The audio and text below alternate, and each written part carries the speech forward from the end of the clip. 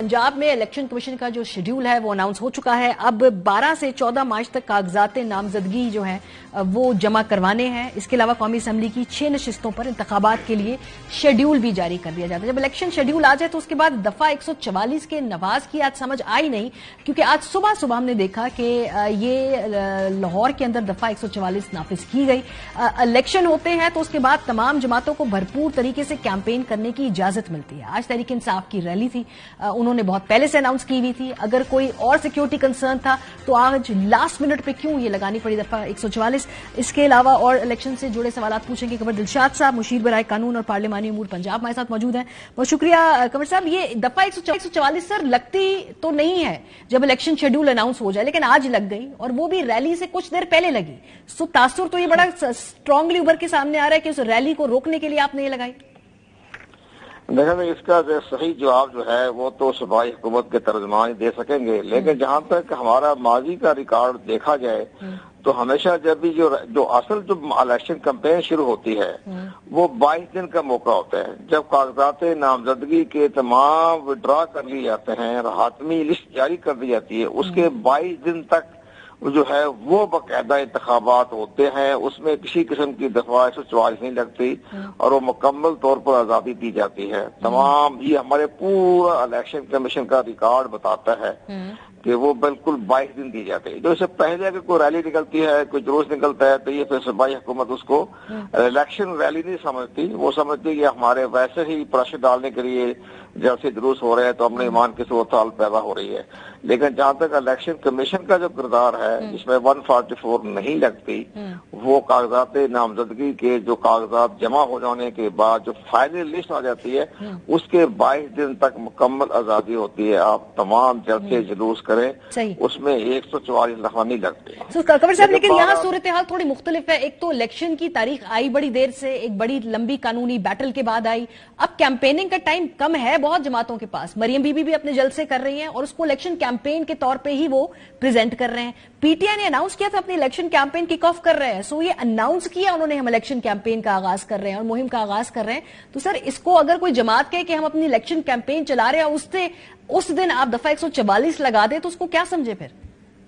हमें तो अपने पूरे आपको बता रहे हैं कि जितना माजी का हमेशा रिकॉर्ड देखते रहे, जिसमें जब इलेक्शन से कि दिनों में रैली निकलती है तो बकायदा 144 भी लगती है, ये हर मामला होते हैं। लेकिन 144 का निफाज उस वक्त पाबंदी लग जाती है, नहीं लग सकती जब इलेक्शन कैंपेन के 22-23 दिन की जो दी जाती है जो इलेक्शन कैंपेन। लेकिन सर आज आपको कोई वजह नजर आती है आज एक दफा 144 लगाने की, जो क्या मुशीर बराए कानून और पार्लिमानी उमूर भी है तो नहीं, मेरे साथ तो कोई ऐसी कोई मशावरत नहीं। तो मैं इत्तेफाक से इस्लामाबाद आया हूँ 2-3 दिन से, तो मुझे तो सारे सफाई मामला। लेकिन अगर लगती है कि अगर आपने कोई और आपको सिक्योरिटी कंसर्न है तो आप पहले बता दीजिए।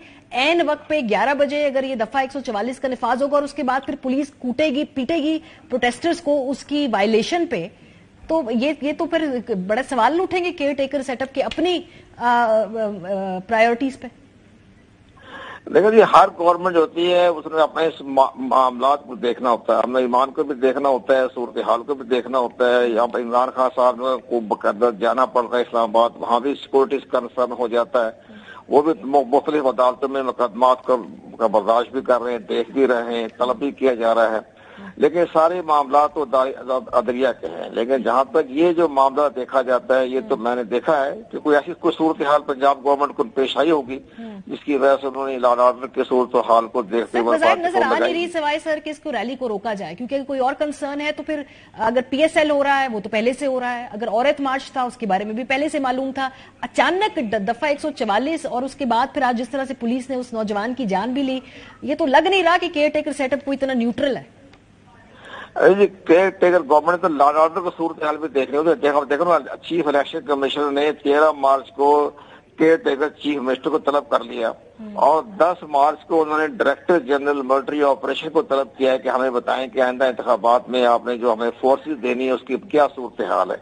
ये सारा सिस्टम जो है वो इलेक्शन कमीशन देख रहा है और 23 अप्रैल को तो इलेक्शन लाजमी हो जाने हैं। तमाम मुकम्मल तैयारी हो रही है, लॉ एंड ऑर्डर को सूरत हाल को भी देख रहे हैं, सिक्योरिटी को भी देख रहे हैं। इसलिए 10 मार्च को तो उन्होंने मिलिट्री ऑपरेशन को तलब कर लिया DG को और 13 मार्च को उन्होंने बुलाया है चीफ मिनिस्टर को कि आप बताएं कि पंजाब की क्या सूरत सूरत-ए-हाल है, ताकि इंतखाबात के अमल के लिए पुरअमन माहौल बाकायदा रहे। ये तो बाकायदा इलेक्शन कमीशन बाकायदा काम कर रहा है और अपने आइन और कानून के मुताबिक देख रहा है। बाकी रह गया कि हमेशा जो इलेक्शन जो होते हैं ना, वो होते हैं 55 दिन के अंदर, तो 55 दिन के अंदर ये इलेक्शन हो जाएंगे जो आपके 30 अप्रैल को डेट रखी है। हाँ, गवर्नर खैबर पख्तूनख्वा जो है, मैं ये सवाल पूछने वाली थी सर, वो अनाउंस नहीं कर रहे, तो क्या आप कहीं, क्योंकि अदालत का बड़ा वाज़ेह हुक्म है कि उन्होंने मुशावरत के बाद अनाउंस करना है, तो ये तो आइन के बियॉन्ड उससे उसकी वायलेशन नहीं हो रही साफ साफ?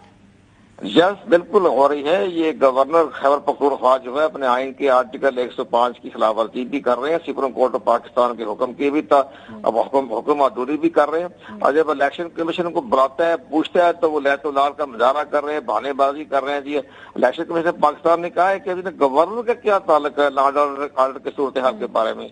ये तो इलेक्शन कमीशन का केयर गवर्नमेंट का मामला है। केयर टेकर गवर्नमेंट जो है वो लॉ एंड ऑर्डर को मुकम्मल तौर पर कंट्रोल करती है। गवर्नर का कोई काम नहीं है, गवर्नर का काम तो तारीख देना। इसलिए गवर्नर जो खत लिखा इलेक्शन में पाकिस्तान, वो भी खत नाजीबा था, इंतहाई मज़ाक़ा खेज खत लिखा, जिसकी वजह से उन्होंने सख्त बरहमी का भी इजहार किया और आप गवर्नर को भी तलब कर लिया उन्होंने कि आप हमें बताएं। जो गवर्नर साहब ये गैर मामूली तवालत दे रहे हैं इस पूरे मामले को, इसके आईनी और कानूनी तौर पर नताइज क्या होंगे उनके लिए? देखो, ये जो इलेक्शन 90 दिन का है, ये तो जहर है कि आप तो खैबर पख्तूनख्वा में तो बात आगे चली गई। लेकिन कोई बात नहीं, आइन इसी की इजाजत देता है। आइन का आर्टिकल 254 कहता है अगर कोई ऐसी सूरत हाल पैदा हो जाए और आइन की खिलाफवर्जी तो नहीं होती, लेकिन आइन शिकनी भी नहीं होती, लेकिन बाहर वही चीज दोबारा हो जाए तो वो तौहीन अदालत तो है मेरा ख्याल है साफ साफ।